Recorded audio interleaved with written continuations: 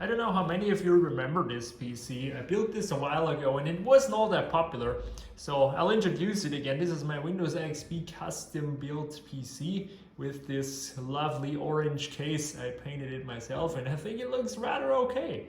Quite cool actually, quite unique. Anyway, it occurred the other day to me that there is a project I wanted to do for quite a while, and that is I will today attempt to upgrade from Windows XP to Windows Vista.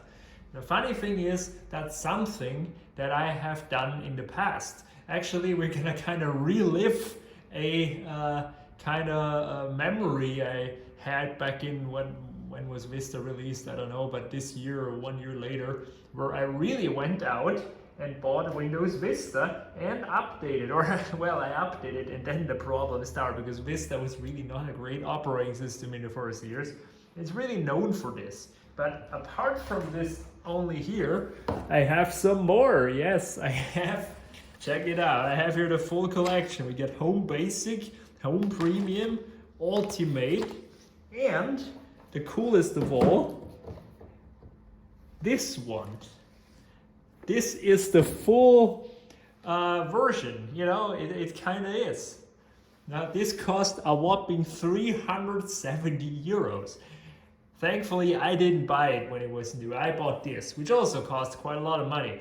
But this, I bought it secondhand years ago because I like collecting this sorts of stuff. And so I have all the versions to choose from. So I think we're gonna go with Home Premium on this. But of course, it wouldn't be me if we didn't run into some weird issues along the way. Now this here is an English Windows XP installation. That is a problem because all of those are German versions. And so, yeah, you cannot upgrade from a English to a German Windows. Don't ask me why, but it's always been like this.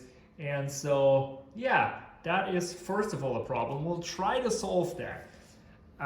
The second problem is that it's 32-bit. This is a press-cut Pentium 4. I think it's still a 32-bit CPU, although I'm not sure. Maybe it is already 64-bit, but what do I know? So choosing the version is not that easy really, guys, because this is 64-bit, so we can already lay that aside. Although I reckon we could use here this copy, which is, you know, has all the Windows Vista version, 32-bit and 64-bit here. So we could use this Ultimate or all of those. Home Basic, we're not going to use this because it's lacking features. Home Premium, that's one you probably would have gotten back in the day, so we might go with this. Or Business. So I'm not sure yet because we can't do that in any case. So we need to solve this language problem. The language barrier. Yeah, really a problem. This computer doesn't know German. We need to teach it German. But before we're gonna do any of this, we have to swap out the CMOS battery because it is dead. And those annoying messages are just getting on my nerves. So we'll crack it open really quick and replace this battery. I have one spare here. And then have a brand new CMOS and it will save the BIOS settings and it will be all a lot easier. So here is the PC, one of the most idiotic case designs with the CPU fan right next to the power supply where, you know, all the heat just collides and makes the system overheat probably. And no exhaust fan other than this one in here, which doesn't really do all that much. Anyway, and then the press cut Pentium 4, which is known to run super hot. So all a really bad kind of PC. But I mean, hey, it works, okay? So here is the CMOS. So we'll pop this out and put the new one in. And then, yeah, close it up. And it has actually a rather decent graphics card. I don't know what it is. I think it's an NVIDIA. Let's see. Yeah, 9500 GS. So pretty okay GPU. So all in all, a pretty period correct system actually. You could have owned a system like this when Windows Vista was released and you want to upgrade. So that's quite cool. And yeah, the hard drive 80 gigabytes, also quite period correct. So let's swap out this battery and then get the show on the road.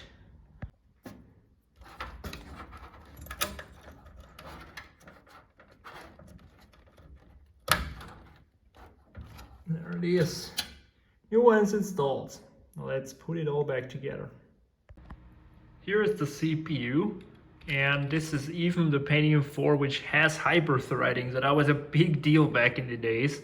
So yeah, pretty cool stuff here. Here are all the system infos, 2 GB of RAM. It's all pretty period correct, I guess. Let's reboot the last time into XP. Oh, I think it's not gonna be the last time. We'll just try to get it installed.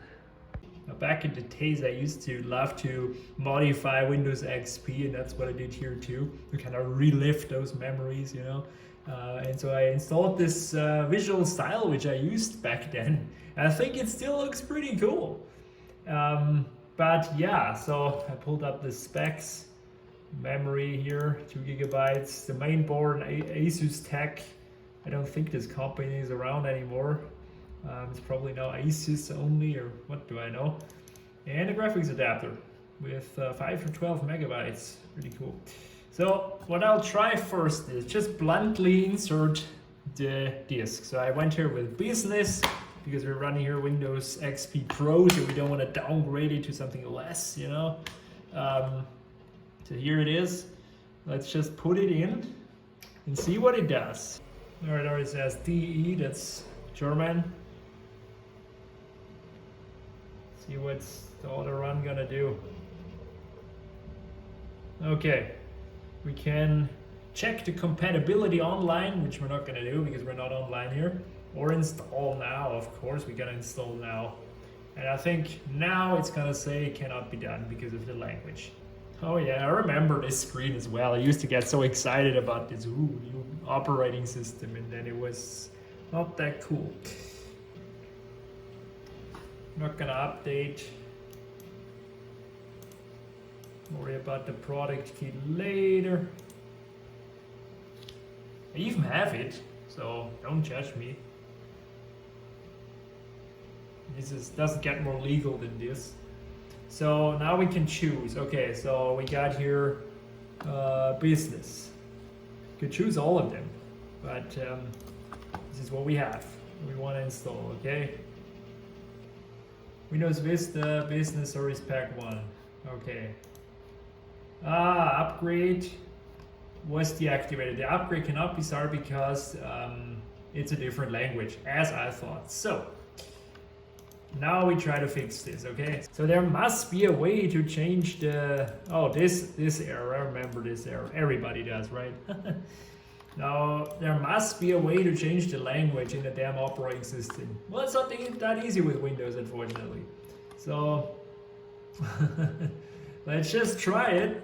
Regional and language options. So we're currently here with Luxembourgish, which isn't correct, actually. We would need Germany here or Austria. And location is also not Luxembourg, it's Austria. Austria, where is it? There it is. And we can apply, this will still work, of course. So here you see languages. To view or change the languages, we can use or enter text, click details. Okay, so there it is. The default input language is German. And yeah, I really don't get why this is such, why this is all in English still. You know, it doesn't make any sense, right?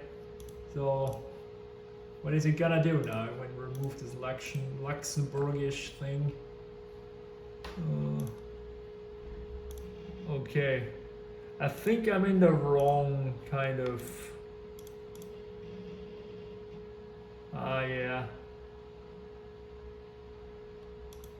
Let's see what it's gonna do here, German. Please insert the compactist label Windows XP Professional. So I just happen to have a legal XP disk, which I'm gonna get now, and let's see what it's doing. So here it is, the legal XP disk in German. So let's see what it's gonna do. But I fear that's not gonna help anything. Open this up again. You must restart the computer, yes. Okay, what is it doing now? It's probably just gonna be in English, isn't it? And guess what? It's still in English, guys. Of course it is. I think I only now changed some internal program stuff. to German, like that some programs can use German, or what do I know? But as you can see, the interface is still in English. But don't worry, guys, I've got a backup plan because I expected this is gonna happen. So I do have here a Windows Vista Ultimate Service Pack 2 32-bit English copy, an ISO. So we'll just use this one, I guess, guys. Yeah, let's do it. Does it work as an unzipped? Okay, install now. It's in English now, so you cannot complain, I think. Hopefully it doesn't come up with some other shit. Do not get latest updates. We'll worry about the product key later. Did anyone ever get the installation going on the first attempt? I don't think anybody who ever tried to upgrade Windows did that. Whoa, all of those versions here. Okay, cool. Haha, there it is, the upgrade option. So we'll upgrade, huh? Please work. Checking the compatibility. Oh no. Potential issues were detected with installed applications. I had that as well back in the days. These issues do not prevent your upgrade. That's good. No, I will not worry about this. I'm really curious to see what happens with, the visual style I installed, because that's a mod and all the programs. So, that's where we're doing this. So here it is. We're upgrading to Vista. Your upgrade may take several hours. Hopefully not. That would suck. But we'll see. So it's copying the files, which shouldn't be all too slow because it's already on the drive. And we'll just let it install and hope that it might just upgrade to Vista. I had to take the side panel off, seriously, because it was getting so hot. The CPU fan would continue to ramp up. And it's all really down to this idiotic design with a PSU right next to it. Who came up with this? Like, so stupid. It's now the gathering files part. So, step number 1 done. It's now at gathering the files part. Oh my god, it's restarting. That's exciting. Bye-bye, XP. Let's see if it worked. Or if you have a blue screen. Which with Vista is not that unlikely, unfortunately. Thankfully, this is a Service Pack 2 release, so yeah, should be a whole lot better, but still, it's Vista. So there he already was, Windows setup, and a Vista boot screen. Yep, that looks to me like Vista. Upgrading Windows. Man, it's again, I relive a little bit of my younger years, because that's what I did, and I had no clue what I was doing, really. I was only getting into computers, and I had no idea, like, about drivers and all that goes along with upgrading to new OS. And Vista taught me that. And it's already completing the update or upgrade. It did all of this without blue screening, without getting stuck. And that's already better than when I did it back in the days. So I had like a blue screen at one of those and tried it again. So it wasn't several hours yet. Maybe they mean like until you can actually use the computer, you have to invest a couple of hours getting all the drivers sorted. Probably that's what they meant, huh?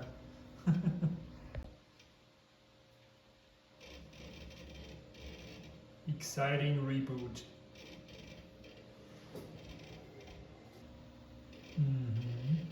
I remember this screen. I think a lot of you do.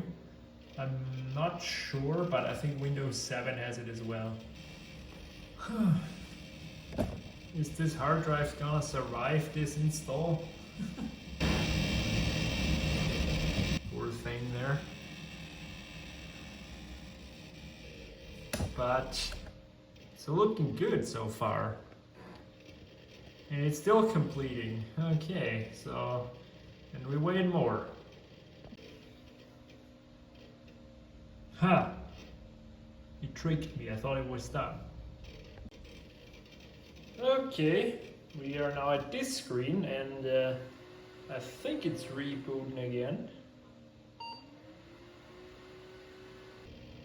And I think it's still not done with the upgrade.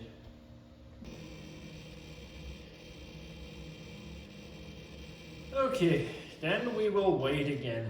Okay, Microsoft. Look at this, we got this screen. So that is looking really good. So let's use the recommended settings. The time is correct. Thank you, you're welcome. So let's see what's gonna happen. I suppose we did a successful upgrade. And it didn't take all that long. Thankfully I didn't have that many applications installed on this system, so that also helped. And I don't know if it's gonna do a reboot now or anything, but yeah, okay, it's doing some more stuff. Oh yeah, that's retro. Getting it done just got more fun. Didn't Windows Vista start with this like performance index where it would rate your computer and the higher number you got, the better? I think this is one of those operating systems. And we are at the login screen with all the accounts I made. Quite cool. I don't really remember that I made so many, but here they are. So let's go here and boot into the desktop. I can tell right away that we will need a graphics driver for this system. Something I expected. And let's see what else we all need. I'm really curious. So, I haven't seen Vista and used Vista in a very long time. Gives me flashbacks. And there it is, the desktop of Vista. Sweet. And I really always like the style of Vista. Okay, there's already an error. Yeah, it's something with .NET Framework. We'll just ignore that. Here it is, Windows Vista Ultimate, 3.4 gigahertz, Pentium 4. It gives me so many flashbacks. Oh yeah, this stuff too. What does it want here? The Windows Register Server. Ooh. Oh no. Yeah, anyway. Let's check here our, how is it called? Device Manager. So, we got here 1.0 on the experience index. Now the graphics is mostly down to the missing driver. And yeah, we'll just not worry about this, huh? So let's go into the device manager. Yes. And no way. Now obviously we don't have working graphics drivers, but wow, I really didn't expect that we're gonna have so much luck here with the drivers, that all of them seem to be recognized, like none is critically wrong here. So let me just install the driver and we'll see if this upgrade was really that successful.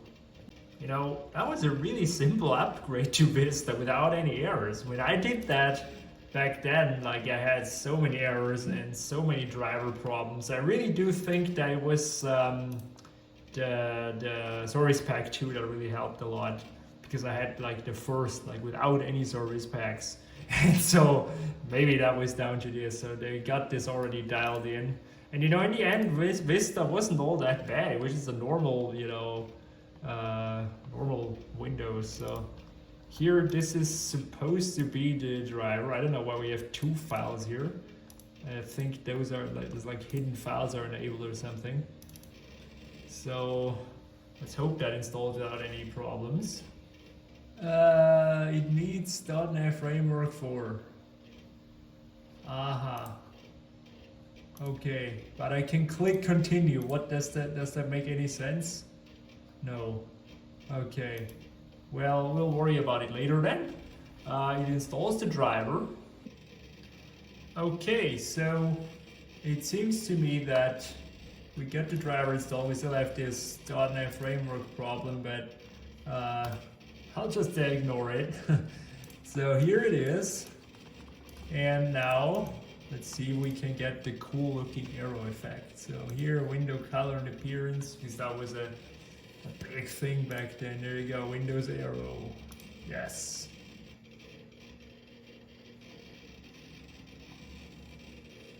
Yes, look at this. Oh yes. Isn't it a beauty? Okay guys, we did a successful upgrade to Windows Vista. Can you imagine that?